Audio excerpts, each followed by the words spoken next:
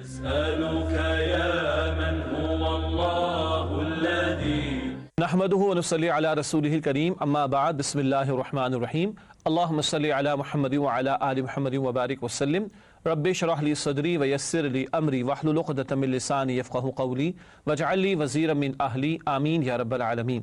ناظرین کرام السلام علیکم ورحمۃ اللہ وبرکاتہ۔ تعلیمات قرآن سیریز میں آپ کو خوش آمدید کہتے ہیں۔ الحمدللہ ایک ایک نشست میں قرآن حکیم کے ایک ایک پارے کے مضامین کو ہم کسی درجے میں سمجھنے کی کوشش کر رہے ہیں۔ انشاءاللہ آج ہم قرآن حکیم کے 14ویں پارے کا مطالعہ آپ کی خدمت میں پیش کریں گے۔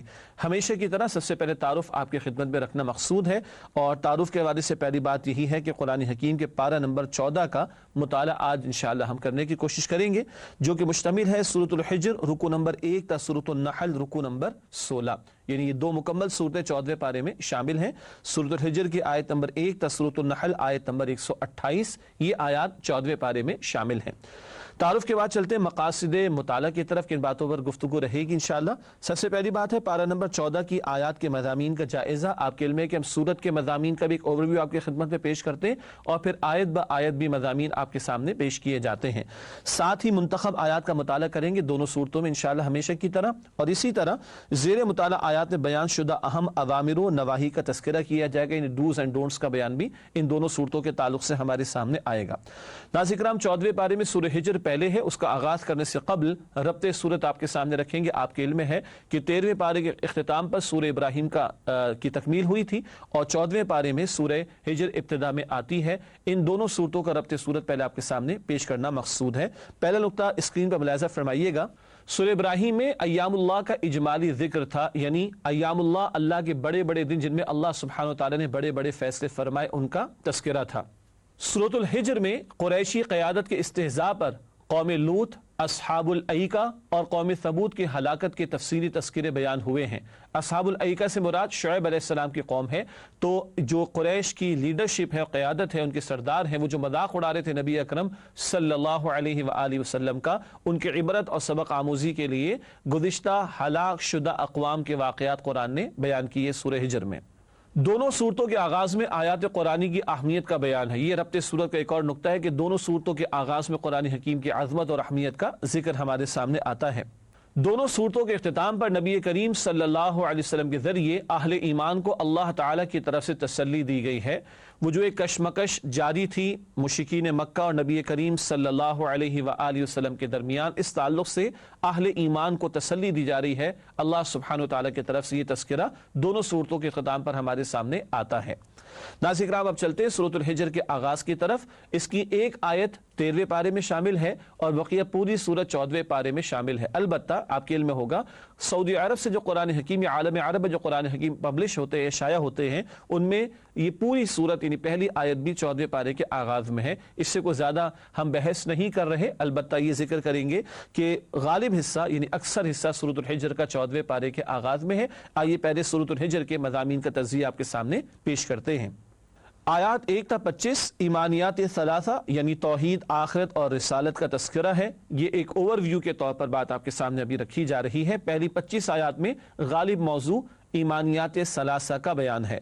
پھر آیات 26 سے 28 قصہ آدم و ابلیس، آدم علیہ السلام کا واقعہ ایک اور مرتبہ بیان ہوا اس مقام پر، اور آخر میں آیات 49 سے 99 ایمان بالرسالت کا ذکر ہے، اور اس کے ذیل میں جو کشمکش جاری تھی نبی اکرم صلی اللہ علیہ وآلہ وسلم اور قریش مکہ کے درمیان، اس کا تذکرہ بھی ہمارے سامنے آتا ہے۔ تو یہ تو ایک اوور ویو ہے سورہ ہجر کے مضامین کے تجزیے کے اعتبار سے۔ اب آئیے آیت با آیت سورہ ہجر کے مضامین کو ہم جاننے کی اور سمجھنے کی کوشش کرتے ہیں۔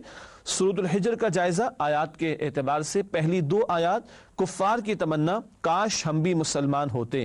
یہ کافر تمنا کریں گے قیامت کے دن، جبکہ عمل کا کوئی موقع نہیں ہوگا، اس دن تو نتائج سامنے آئیں گے۔ البتہ اس آرزو تمنا کا کل کوئی فائدہ نہیں ہے۔ آیات 3 تا 8 نافرمانوں کے لیے عذاب کا وقت طے ہے۔ مشرکین مکہ کو بھی سمجھایا جا رہا ہے اگر تم ہٹ دھرمی پر اڑے رہے تو پچھلوں پر بھی عذاب آیا تھا، تمہارے لیے بھی اللہ کا جو معین فیصلہ ہے وہ وقت پر ہی سامنے آئے گا۔ پھر آیت نمبر 9 اللہ قرآن کی حفاظت خود فرمائے گا۔ اس آیت پر بعد میں بات بھی ہوگی انشاءاللہ تعالی۔ اللہ تعالیٰ ہی نے قرآن نازل فرمایا، اور اللہ تعالیٰ ہی نے اس کی حفاظت کا ذمہ بھی لیا ہے۔ پھر آیات 10 تا 15، ہر دور میں اکثریت ایمان سے محروم رہتی ہے، یہ بڑی بھاری اور سخت بات ہے، البتہ بات ایسی ہے کہ ایک بہت بڑی اکثریت، ایک بہت بڑی تعداد جو ہے وہ جانتے بوجھتے حق سے محروم رہنے کی روش اختیار کر بیٹھتی ہے۔ اللہ ہمیں اس سے محروم رکھے، یعنی اس روش سے محفوظ رکھے، معاف کیجیے گا، اور بچائے رکھے، اور اللہ تعالیٰ کل عالم کے انسانوں کو ہدایت عطا فرمائے اور ہمیں ہدایت پر استقامت نصیب فرمائے۔ پھر آیات 16 تا 22 اللہ کی قدرت کے شاہکار، اس صورت میں بھی اور مکی صورتوں کی طرح اللہ تعالیٰ کی قدرتوں کا نظارہ بار بار پیش کیا گیا، اس مقام پر بھی اللہ تعالیٰ کی قدرت کے مختلف نظارے پیش کیے گئے ہیں۔ اس کے بعد آیات 23 سے 25، اللہ جانتا ہے آگے بڑھنے والوں کو اور پیچھے رہنے والوں کو، کون دنیا کو ترجیح دے رہے ہیں، کون آخرت کو ترجیح دے رہے ہیں، سب اللہ کے علم میں ہے۔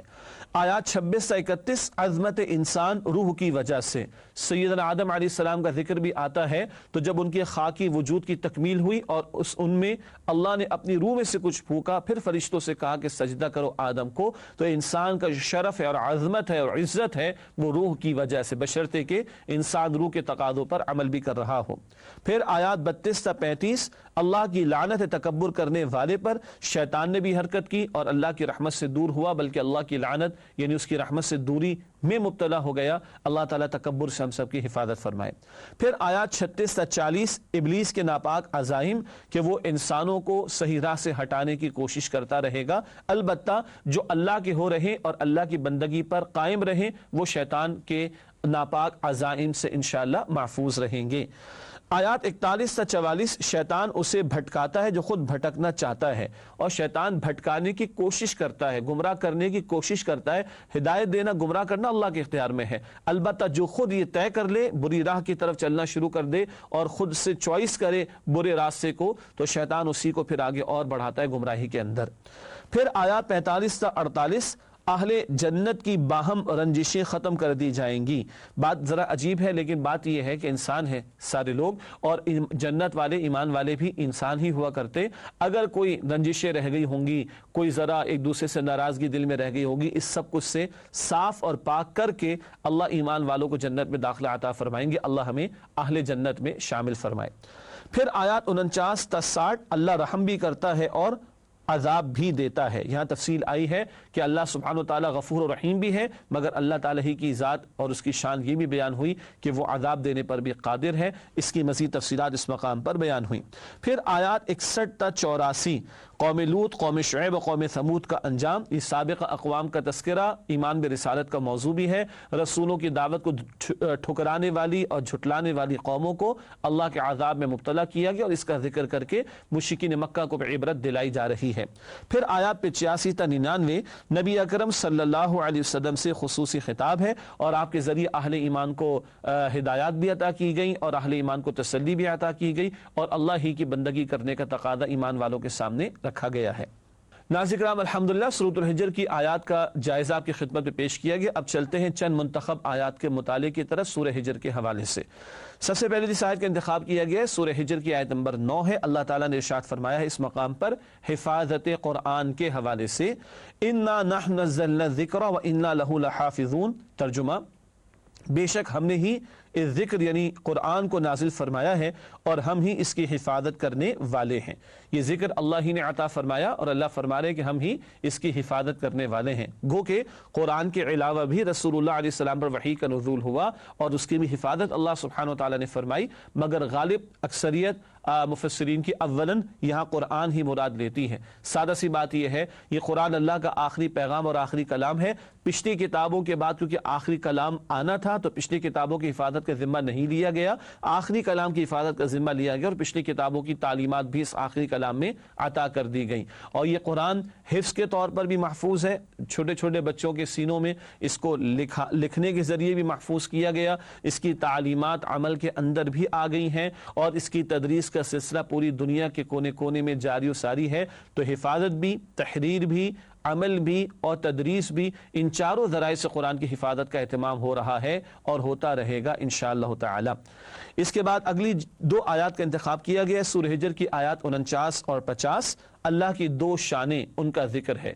ارشاد ہوا، نبی عبادی انی انا الغفور الرحیم وان عذابی هو العذاب العلیم۔ ترجمہ، اے نبی صلی اللہ علیہ وسلم میرے بندوں کو بتا دیجئے کہ بے شک میں بہت ہی بخشنے والا ہوں اور مہربان ہوں، اور یہ کہ میرا عذاب بھی نہایت دردناک عذاب ہے۔ اللہ کی دونوں شانوں کا بیان، وہ غفور بھی ہے، رحیم بھی ہے، مگر ساتھ ہی ذکر ہوا وہ دردناک عذاب دینے والا بھی ہے۔ کیا مراد ہے کہ اللہ تعالیٰ کی رحمت کی امید بھی ہو اور اللہ تعالیٰ کے عذاب کا خوف بھی ہو۔ حدیث شریف میں یہ ذکر بھی آیا کہ الایمان بین الخوف والرجاء، ایمان خوف اور امید کے درمیانی کیفیت کا نام ہے۔ کبھی ایسا ہوتا ہے کہ بس رحمت کی امید ہی ہوتی ہے اور آدمی گناہ کرتے رہتا ہے کہ معافی تو ہو جائے گی، اور کبھی اس قدر خوف طاری ہو جاتا ہے کہ آدمی گناہ نہیں چھوڑتا کہ اب تو عذاب مل رہی ہے۔ یہ دونوں رویے انتہا پسندانہ ہے۔ اعتدال کی بات کیا ہے؟ رب کی رحمت کی امید بھی ہو اور اس کے عذاب کا خوف بھی ہو۔ یہ دونوں باتیں ساتھ ساتھ قرآن حکیم نے اس مقام پر بیان فرمائیں۔ ناظرین کرام، اس کے بعد اگلی اور آخری جس آیت کا انتخاب کیا گیا وہ سورہ حجر کی آیت نمبر 87 ہے، اور بڑا قیمتی مقام سورہ فاتحہ کی عظمت کا یہاں پر ذکر ہے۔ ارشاد ہوا وَلَقَدْ آتَيْنَاكَ سَبْعًا مِنَ الْمَثَانِ وَالْقُرْآنَ الْعَظِيمِ، ترجمہ، اور یقیناً ہم نے آپ صلی اللہ علیہ وسلم کو عطا فرمائیں 7 آیات دہرائے جانے والیاں جو کہ بذات خود ایک عظیم قرآن کا درجہ رکھتی ہیں۔ یہ بڑی ہی پیاری بات آئی ہے اس مقام پر، اور اس آیت کی وضاحت جامع ترمذی کی روایت میں خود اللہ کے پیغمبر علیہ السلام نے فرمائی، اور آپ نے فرمایا کہ یہی سورہ فاتحہ 7 من المثانی، بار بار دہرائے جانے والیاں یعنی 7 آیات ہیں، اور آپ نے فرمایا کہ والقرآن العظیم، یہ سورہ فاتحہ قرآن عظیم ہے۔ تو قرآن کی اس آیت کی تفسیر خود رسول اللہ علیہ السلام نے عطا فرمائی، جامع ترمذی کی روایت ہے، اور ان آیات کی عظمت، سورہ فاتحہ کی 7 آیات کی عظمت خود قرآن اس مقام پر بیان فرما رہا ہے۔ تو یہ بار بار دہرائی جاتی ہیں، ان میں ہماری تینوں عقائد کا ذکر بھی ہے، توحید کا بھی، آخرت کا بھی، رسالت کا بھی، اور اللہ کی بزرگی اور بلندی اور اللہ کی عظمت کا بیان بھی، اور بندے کی محتاجی اور دعا مانگنے کا تذکرہ بھی سورہ فاتحہ میں آتا ہے۔ مزید فرمایا کہ یہ قرآن عظیم کا درجہ رکھتی ہیں۔ قرآن حکیم کے 3 بنیادی موضوعات ہیں بار بار جن کا ذکر آ رہا ہے، توحید، آخرت اور رسالت، اور رسالت کے ذیل میں ہی شریعت کی تعلیمات ہے، شریعت کے احکامات ہیں، ڈوز اینڈ ڈونٹس کا بیان بھی ہے، اور سورہ فاتحہ کی 7 آیات کا تجزیہ کریں تو یہ تینوں بنیادی ایمانیات یا موضوعات سورۃ الفاتحہ میں بھی ہمارے سامنے آتے ہیں۔ اللہ تعالی ہمیں سمجھتے ہوئے سورہ فاتحہ کی تلاوت کرنے اور اس کے تقاضوں پر عمل کرنے کی توفیق عطا فرمائے۔ سورہ فاتحہ میں اللہ کے شکر کا ذکر بھی ہے، سورہ فاتحہ میں اللہ کی رحمت کا ذکر بھی ہے، سورہ فاتحہ میں اللہ کے بدلے کے دن کا مالک ہونا اس کا ذکر بھی ہے، سورہ فاتحہ میں اللہ ہی کی عبادت کرنے کا ذکر بھی ہے، سورہ فاتحہ میں اللہ ہی سے دعا کرنے کا بیان بھی ہے، سورہ فاتحہ میں اللہ سے ہدایت کی دعا مانگنے کا بیان بھی ہے، اور سورہ فاتحہ میں مغضوب علیہم مراد ایک یہود ہے، ان سے مراد، اور ضالین مراد نصارہ، گمراہ رویوں اور فرقوں سے بچنے کی دعا بھی ہے۔ یہ سب کچھ سورہ فاتحہ میں ہمارے سامنے آتا ہے۔ اللہ ان تقاضوں پر بھی ہمیں عمل کرنے کی توفیق عطا فرمائے۔ ناظرین کرام، الحمدللہ سورۃ الحجر کی منتخب آیات کا مطالعہ کسی درجے میں ہوا مکمل۔ اب آپ کے سامنے ہم رکھیں گے اوامر و نواہی جو سورہ حجر میں آئے ہیں، ڈوز اینڈ ڈونٹس۔ پہلے اوامر کا بیان، اور اس میں ہماری ترتیب فقہی اعتبار سے نہیں ہوتی بلکہ وہ امور اور اعمال جو کرنے والے کاموں سے متعلق ہے جن کا تذکرہ آتا ہے آیات میں، وہ ہم آپ کی خدمت میں پیش کرتے ہیں۔ اوامر کے حوالے سے سب سے پہلی بات اللہ کی بندگی کرنا، آیت نمبر 42، تقوی اختیار کرنا، آیت نمبر 45، اللہ ہی سے امید رکھنا، آیت نمبر 49، اللہ کا خوف رکھنا، آیت نمبر 50، اہل ایمان کے لیے نرم ہونا، آیت نمبر 88، یعنی نرمی کا رویہ اختیار کرنا، اللہ کا پیغام علی الاعلان بیان کرنا، آیت نمبر 95، تبلیغ کی بات ہو رہی جو پبلکلی کی جائے گی، مشرکین سے اعراض کرنا، آیت نمبر 96، اللہ کی تسبیح اور تحمید، سبحان اللہ کہنا، الحمدللہ کہنا، آیت نمبر 98، مرتے دم تک اللہ کی عبادت کرنا، آیت نمبر 99۔ یہ آخری آیت اس سورہ مبارکہ کی۔ ناظرین کرام، اس کے بعد سورۃ الحجر کے حوالے سے نواہی یعنی ڈونٹس کا بیان پیش خدمت ہے۔ پیغمبروں کا مذاق اڑانا، آیت نمبر 11۔ نوٹ کر لیجئے کہ مراد کیا ہے، وہ کام جو نہ کرنے والے ہیں، وہ کام جن سے منع کیا گیا ہے، نواہی کے ذیل میں ان کا تذکرہ ہم کرتے ہیں۔ پیغمبروں کا مذاق اڑانا، آیت نمبر 11۔ اللہ کی نشانیوں کا انکار، آیت نمبر 15۔ تکبر کرنا، آیت نمبر 35۔ اللہ کی رحمت سے مایوس ہونا، آیت نمبر 56۔ برائی پر اڑے رہنا، آیت نمبر 68۔ آیات الہی سے اعراض کرنا، آیت نمبر 81۔ دنیا کا طلبگار ہونا، آیت نمبر 88۔ اللہ تعالیٰ ان تمام برے اعمال سے ہم سب کو بچنے کی توفیق عطا فرمائے۔ ناظرین کرام، الحمدللہ سورۃ الحجر کے مضامین کا جائزہ اور اوامر و نواہی بھی آپ کے سامنے پیش کیے گئے۔ اب چلتے سورۃ النحل کے آغاز کی طرف۔ یہ سورت بھی 14ویں پارے میں اور مکمل سورت 14ویں پارے میں شامل ہے۔ البتہ ہمیشہ کی طرح پہلے ربط سورت آپ کے سامنے پیش کریں گے، پھر سورۃ النحل کا آغاز کریں گے انشاءاللہ۔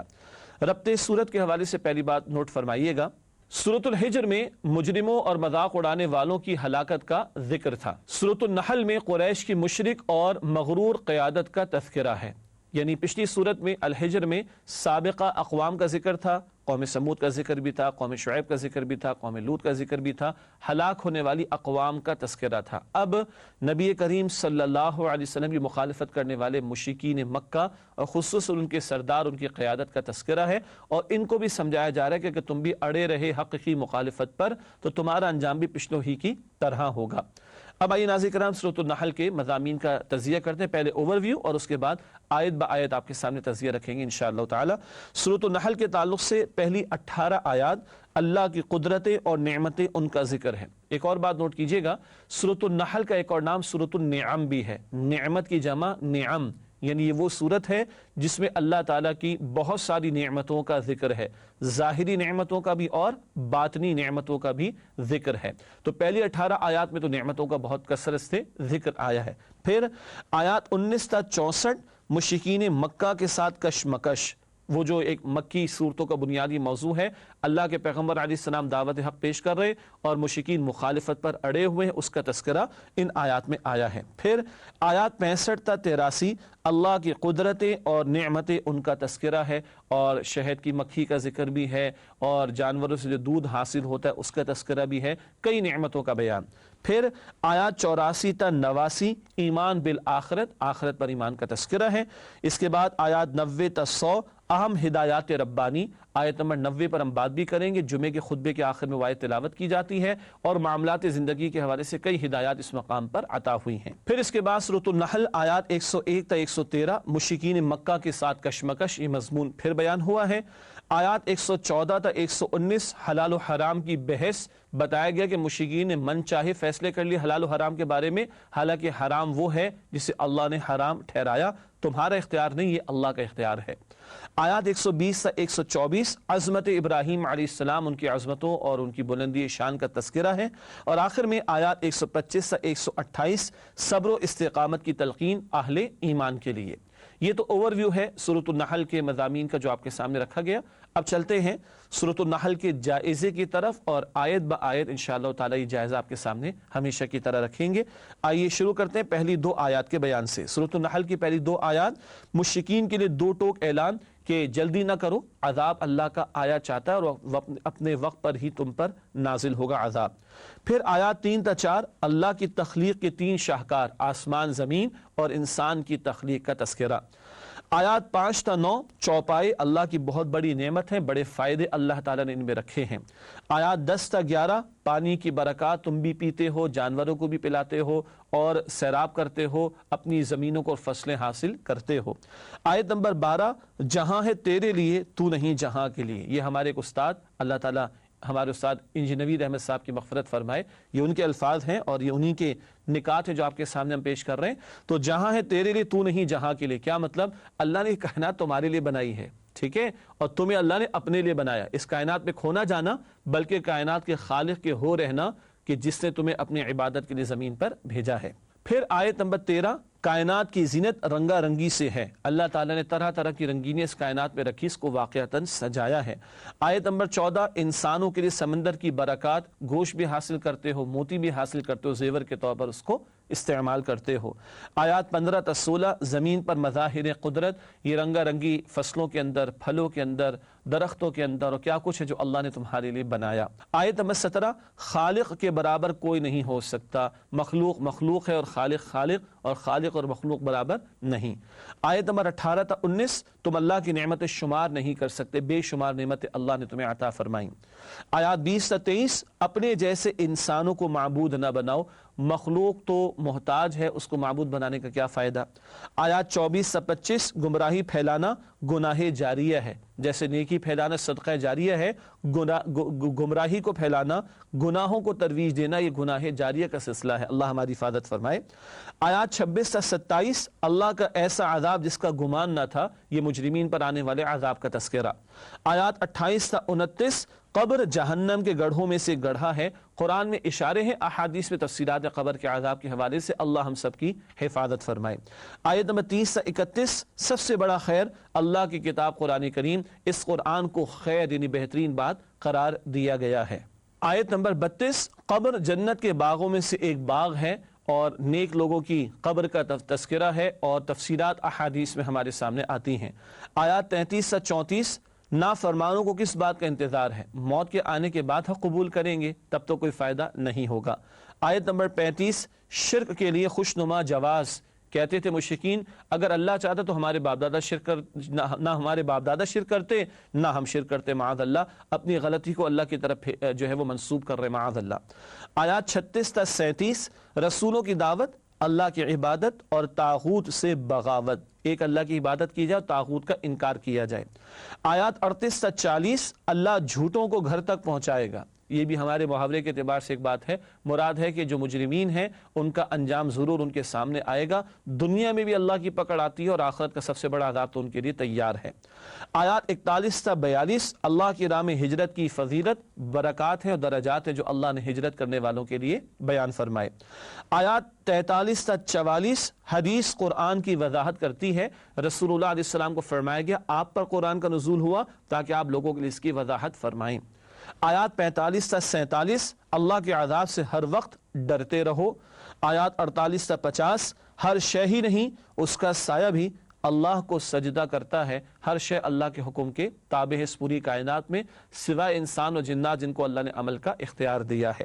آیات 51 تا 52، دو معبود نہ بناؤ، معبود ایک ہی ہے اللہ وحدہ لا شریک، اس کی عبادت میں کسی کو شریک نہ کرو۔ مزید چند آیات کا بیان آپ کے سامنے تجزیے کے طور پر وقفے کے بعد رکھیں گے، امید آپ ہمارے ساتھ رہیں گے۔ السلام علیکم ورحمۃ اللہ وبرکاتہ۔ نسألك يا من هو الله الذي يا من هو الله الذي السلام علیکم ورحمۃ اللہ وبرکاتہ۔ ناظرین کرام، پروگرام تعلیمات قرآن میں آپ کو خوش آمدید کہتے ہیں اور آپ کے علم ہے کہ آج ہم قرآن حکیم کے 14ویں پاری کے مضامین کا جائزہ لے رہے ہیں اور وقفے سے پہلے سورۃ النحل کی آیات کا تجزیہ آپ کے سامنے پیش کیا جا رہا تھا اور آیت نمبر 52 تک کا تجزیہ آپ کی خدمت میں پیش کیا گیا تھا۔ بات کو آگے بڑھاتے ہیں اور سورۃ النحل کا جائزہ مزید جاری رکھتے ہیں۔ آیات 53 تا 56، ہر نعمت اللہ ہی کی عطا کردہ ہے، چنانچہ اسی کا شکر ہم پر واجب ہے۔ آیات 57 تا 60، مشرکین مکہ کی بے انصافی، ذرا مشکل ہوتی تو اللہ کو پکارتے اور مشکل دور ہو جاتی تو پھر غیروں کو پکارنا شروع کر دیتے تھے۔ آیت نمبر 61، اللہ کی رحمت نہ ہوتی تو ہم تباہ ہو جاتے۔ قرآن بار بار یہ ذکر کرتا ہے کہ اللہ تمہاری ہر بات پر، ہر گناہ پر پکڑنے پر آ جائے تو زمین پر ایک جاندار بھی باقی نہ چھوڑے، تو اس کی رحمت ہے کہ وہ مہلت دیتا ہے۔ آیات 62 تا 63، 100 گناہ کیے تیری رحمت کے زور پر، یہ بھی ایک ہمارے شعر کا ایک مصرع ہے کہ انسان اللہ تعالیٰ کی صفت رحمت ہی کو سامنے رکھتا ہے اور گناہ کیے چلے جاتا ہے، گناہ کیے چلے جاتا ہے، حالانکہ اللہ تعالیٰ رحمان و رحیم بھی ہے، کوئی شک نہیں، مگر اللہ تعالیٰ نے عذاب کا ذکر بھی کیا ہے اور وہ شدید العقاب بھی ہے، سخت سزا دینے والا بھی ہے۔ یہ دونوں پہلو ہمارے سامنے رہنے چاہیے، پہلے بھی اس کا ذکر سورہ ہجر کے ذیل میں آیا تھا۔ پھر آیت نمبر 64، قرآن کی فیصلہ کن وضاحت، حدیث نبوی صلی اللہ علیہ وآلہ وسلم، یہ موضوع پہلی بھی آیا، دوبارہ آیا کہ قرآن کی وضاحت رسول اللہ علیہ السلام فرمائیں گے، یہ ذکر بار بار قرآن کرتا ہے۔ پھر آیات 65 تا 69، اللہ کی نعمت 4 مشروبات کی صورت میں، اللہ سبحانہ وتعالیٰ دودھ بھی عطا فرماتا ہے، جانوروں میں سے ہم حاصل کرتے ہیں، اور شہد کی مکھی کا جو شہد ہے وہ بھی ہم پیتے ہیں۔ اس طرح کئی مشروبات کا ذکر اللہ سبحانہ وتعالیٰ نے اس مقام پر فرمایا۔ آیت نمبر 70، انسان کی بے بسی، کہ وہ محتاج ہے اللہ سبحانہ وتعالیٰ کا، اور اتنا محتاج ہے، دیگر مقامات پر قرآن کہتا ہے کہ سانس لینے کے لیے ہوا بھی اللہ نے تمہیں عطا فرمائی، اور بہت سارے پہلو ہیں اللہ کی نعمتوں کا جن کا ذکر قرآن کرتا ہے اس تعلق سے بھی کہ انسان کی بے بسی اس پر واضح ہو۔ آیت نمبر 71، شرک کی نفی کی ایک واضح مثال، اللہ تعالیٰ نے کئی مثالیں عطا فرمائی ہیں، اور اللہ تعالیٰ قرآن حکیم میں یہ بھی بیان فرماتے ہیں کہ ایک غلام ہے جس کا ایک آقا ہو اور ایک غلام ہے جس کے کئی آقا ہوں، کیا دونوں برابر ہو سکتے؟ قطعاً نہیں۔ تو ایک کو ماننے والا راحت و سکون میں ہوگا اور بہت سو کو پکارنے والا وہ مشکل میں ہوگا۔ آیات 72 تا 74 اللہ کے احسانات اور بندوں کی ناشکری۔ اس صورت میں بار بار اللہ تعالیٰ نے اپنے انعامات کو گنوایا لیکن بندے ناشکری ہی پر اڑے رہتے ہیں، اس کا تذکرہ ہے۔ آیات 75 تا 76 دو بلیغ مثالیں، وہی غلاموں والی مثالیں اللہ سبحانہ وتعالیٰ نے عطا فرمائی۔ ایک غلام یہ کہ جس کے پاس جو ہے وہ ایک ہی مالک، دوسرے کے پاس بہت سارے مالک برابر نہیں ہو سکتے۔ ایک وہ شخص ہے کہ جو پورا اختیار رکھتا ہے، دوسرا بیچارہ گونگا اور بہرا ہے، کیا دونوں برابر ہو سکتے ہیں؟ قطعاً نہیں ہو سکتے۔ بار بار اللہ تعالیٰ نے کئی مثالیں بیان فرما کر شرک کی نفی فرمائی ہے۔ اس کے بعد آیات 77 تا 83 اللہ کی بے مثال قدرتیں اور نعمتیں، پھر اللہ تعالیٰ نے اپنی نعمتوں کو گنوایا جو بے شمار نعمتیں اللہ نے بندوں کو عطا فرمائیں۔ آیات 84 تا 85 امت کے خلاف رسولوں کی گواہی، ہر امت کے رسول کھڑے ہو کر یہ بات کہیں گے، اللہ ہم نے تو پیغام کو پہنچا دیا، تب آپ ان سے پوچھئے، اللہ تعالیٰ ہم سب کے لیے کل کے معاملے کو آسان فرمائے۔ آیات 86 تا 88 جن پہ تکیہ تھا وہی پتے ہوا دینے لگے، مشرکین کے جھوٹے معبود کل کسی کام ان کے نہیں آئیں گے اور وہاں ان کی حسرت کا ہی ایک عالم ہوگا اور وہ اپنے آپ پر ہی غصہ کر رہے ہوں گے، مشرکین کے کن جھوٹے معبودوں کو ہم نے معبود بنا رکھا تھا۔ آیت 89 نبی کریم صلی اللہ علیہ وسلم کی امت کے خلاف گواہی۔ خلاف کا مطلب کیا ہے؟ اے اللہ میں نے پیغام پہنچا دیا، پیغمبر کہہ دیں گے علیہ السلام، اب بندوں نے بھی گواہی دینی ہے، یا بندوں نے بھی جواب دینا ہے کہ انہوں نے پیغام کے تعلق سے کیا رویہ اختیار کیا۔ پھر آیت نمبر 90 اللہ کی پسند اور ناپسند، یہ آیت بعد میں ہم پڑھیں گے انشاءاللہ منتخب آیات کے ذیل میں، اور یہ جمعے کے خطبے کے آخر میں تلاوت بھی کی جاتی ہے، اور 3 باتوں کا حکم اللہ نے کرنے کے حوالے سے دیا اور 3 باتوں سے اللہ نے اس آیت میں روکا بھی ہے۔ پھر آیات 91 تا 94 معاہدات کی پاسداری کا حکم، وعدے کو پورا کرنے کا حکم دیا گیا اور اس کے تعلق سے ایک مثال بھی اللہ نے عطا فرمائی۔ پھر آیات 95 تا 96 عارضی مفادات کے تحت معاہدات کا سودا نہ کرو، مراد ہے کہ کسی کی کمزوری کا فائدہ اٹھا کر تم نے وقتی طور پر معاہدہ کر لیا اور اس سے تم نے فائدہ اٹھا لیا اور اس غریب کا تم نے نقصان کر دیا، ایسی بے انصافی سے روکا گیا۔ آیت نمبر 97 پاکیزہ زندگی اللہ کا انعام ہے، اور پاکیزہ زندگی کیا ہے کہ بندہ ایمان پر قائم ہو اور ایمان کے تقاضوں پر عمل کرے تو راحت و سکون اس کا مقدر ہوگا۔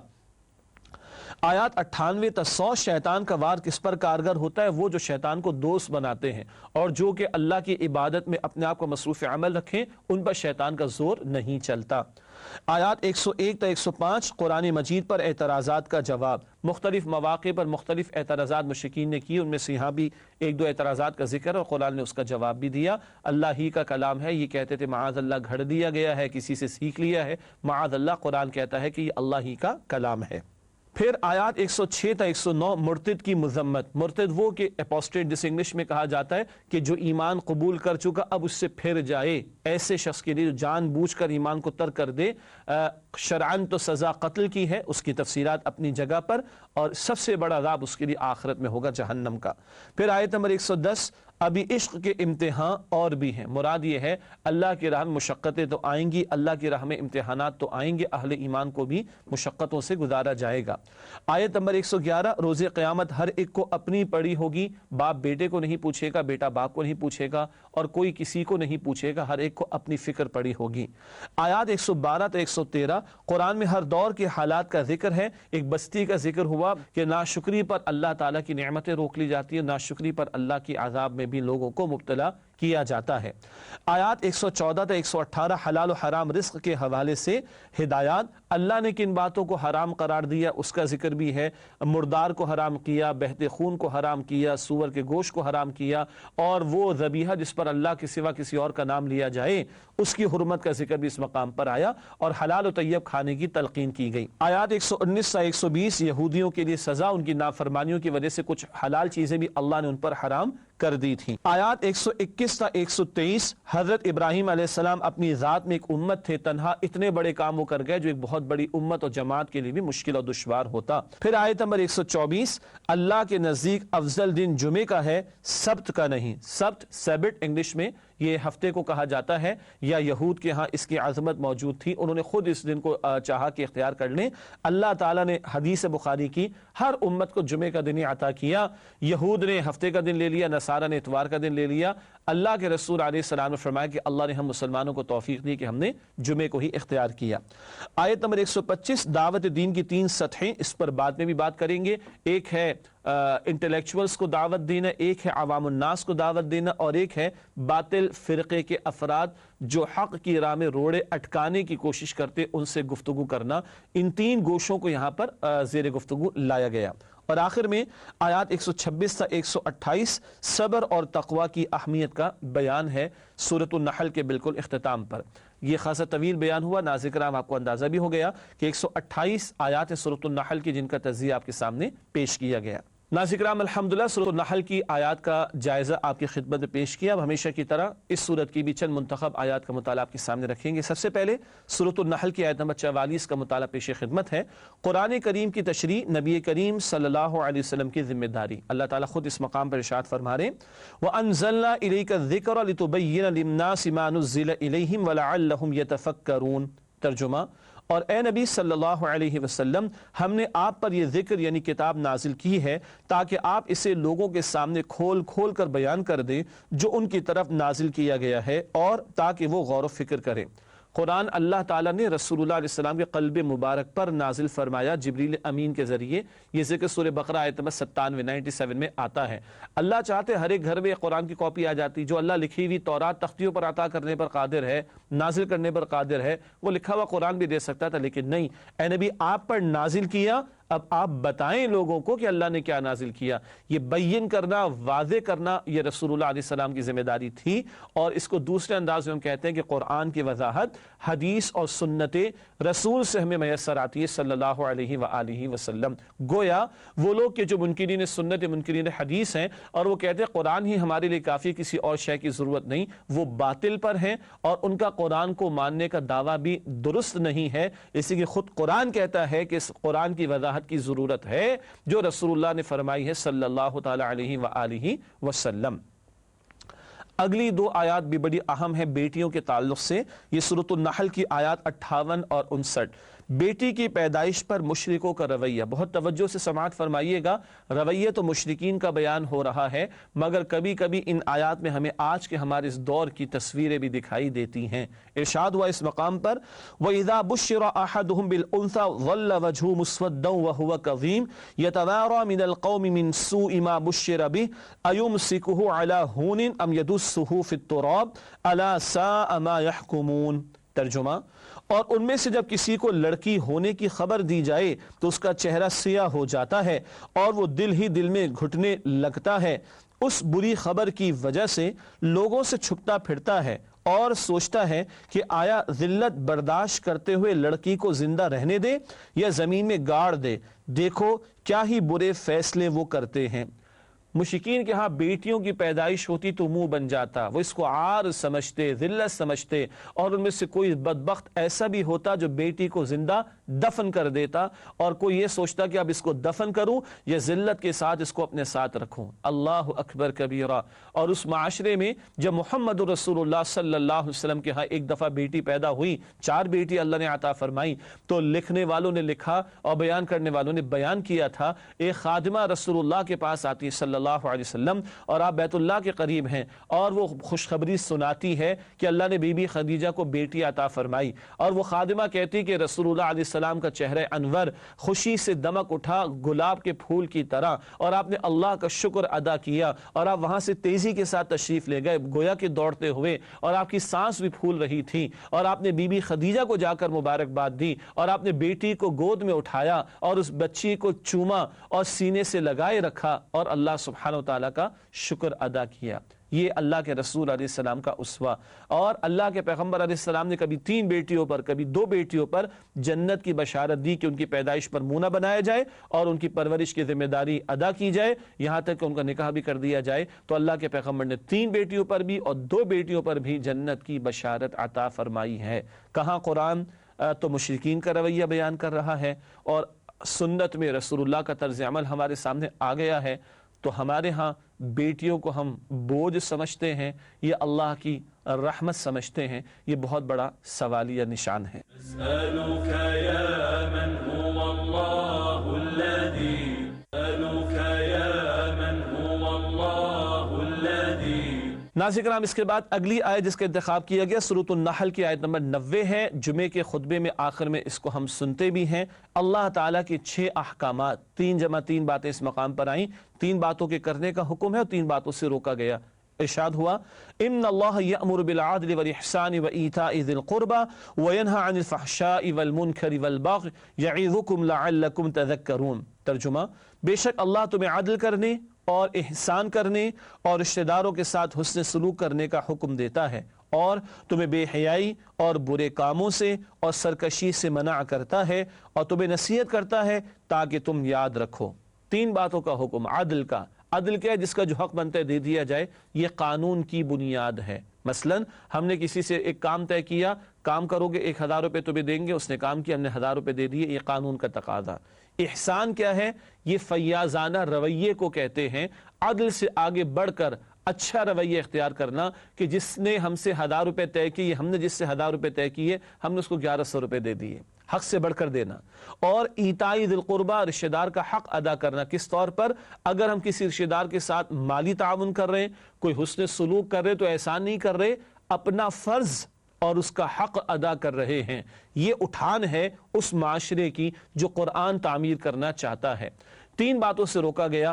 فحشاء، بے حیائی، وہ تمام برے کام جس کو ہر معاشرے میں برا تسلیم کیا جاتا ہے، جیسے کہ ہر پاکیزہ معاشرے میں اور پاکیزہ افراد میں زنا کو گندہ ہی سمجھا جاتا ہے، فحشاء۔ اور منکر، وہ کہ جس کو فطرت بھی ناپسند کرے اور شریعت نے بھی اس سے ہمیں منع کیا ہو، منکر جس سے کہ روکا گیا ہو برے کام۔ اور بغ، یہ زیادتی کو کہتے ہیں، کسی کا حق تلف کرنا، کسی کا نقصان کر دینا، کسی پر ظلم کرنا۔ تو بے حیائی سے بھی روکا گیا، منکر سے بھی روکا گیا، اور بغ یعنی زیادتی کے کاموں سے بھی روکا گیا۔ مزید تفصیلات تفاسیر میں پڑھی جا سکتی ہیں۔ اللہ تعالیٰ نے 3 کاموں کے کرنے کا حکم دیا اور 3 باتوں سے اس مقام پر، 3 برے اعمال سے اس مقام پر روکا ہے۔ اس کے بعد اگلی 2 آیات بھی بڑی قیمتی ہیں، سورہ نحل کی آیات 96 اور 97۔ حقیقی زندگی کیا ہے جو اللہ کی نگاہوں میں حقیقی زندگی ہے؟ ارشاد ہوا ما عندکم ينفد وما عند اللہ باق ولنجزین الذین صبروا اجرهم باحسن ما كانوا يعملون من عمل صالحا من ذکر او انثى وهو مؤمن فلنحيينه حیاتا طیبہ ولنجزینهم اجرهم باحسن ما كانوا يعملون۔ ترجمہ، جو کچھ تمہارے پاس ہے وہ ختم ہو جانے والا ہے، اور جو اللہ کے پاس ہے وہ باقی رہنے والا ہے، اور جن لوگوں نے صبر کیا ہم ان کو ان کے اعمال کا بہت اچھا بدلہ دیں گے۔ جو شخص نیک اعمال کرے گا، خواہ مرد ہو یا عورت، اور وہ مؤمن بھی ہوگا، تو ہم اسے یقیناً نہایت بہتر زندگی عطا فرمائیں گے اور ان کے نیک اعمال کا نہایت اچھا صلہ دیں گے۔ یہ آیت نمبر 96 اور 97 کا ترجمہ ہے۔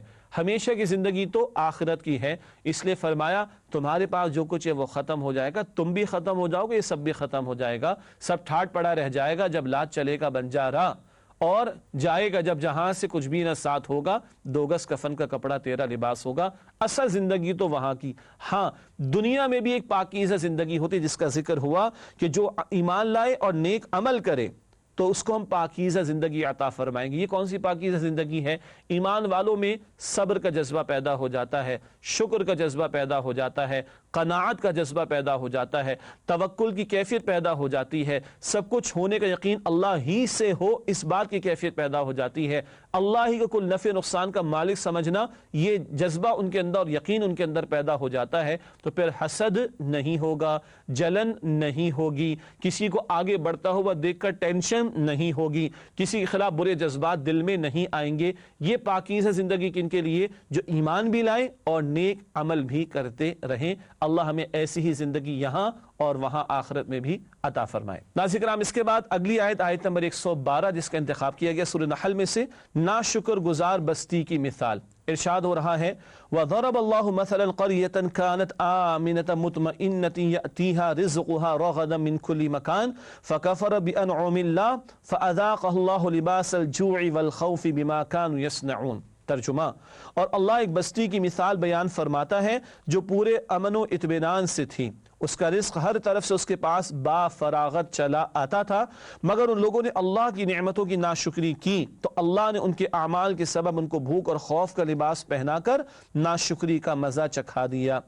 یہ آیت نمبر 112 سورہ نحل کی۔ حضرت ابن عباس رضی اللہ تعالیٰ عنہ فرماتے ہیں یہ اہل مکہ کا بیان ہے کہ جب رسول اللہ علیہ الصلوۃ والسلام کی نافرمانی کے روش پر اڑے رہے یہ لوگ مکے والے تو 7 برس تک ان پر قحط بھی مسلط کیا گیا تھا۔ اللہ تعالیٰ محفوظ رکھے۔ البتہ قرآن ابدی کلام ہے، ہر دور میں ایسی مثالیں سامنے آتی رہیں گی۔ اور ناظرین کرام، ہمیشہ کی طرح آخر میں فرمان نبوی صلی اللہ علیہ وسلم پیش خدمت اور مقصود ہوتا ہے قرآن کی ترغیب و تشویق دلانا۔ ارشاد ہوا رشک تو بس 2 ہی آدمی پر ہو سکتا ہے، ایک تو اس پر جسے اللہ نے قرآن مجید کا علم دیا اور وہ اس کے ساتھ رات کی گھڑیوں میں کھڑا ہو کر نماز پڑھتا رہا، اور دوسرا آدمی وہ جسے اللہ تعالی نے مال دیا اور وہ اسے محتاجوں پر رات دن خیرات کرتا رہا۔ صحیح بخاری شریف کی روایت ہے، قرآن کی دولت عطا ہوئی اور راتوں میں بھی اس کے ساتھ کھڑا ہو اور اسی کے ساتھ دن رات لگا ہو، اور دوسرا وہ جس کو مال ملا اور اللہ کی راہ میں خرچ کرتا ہے۔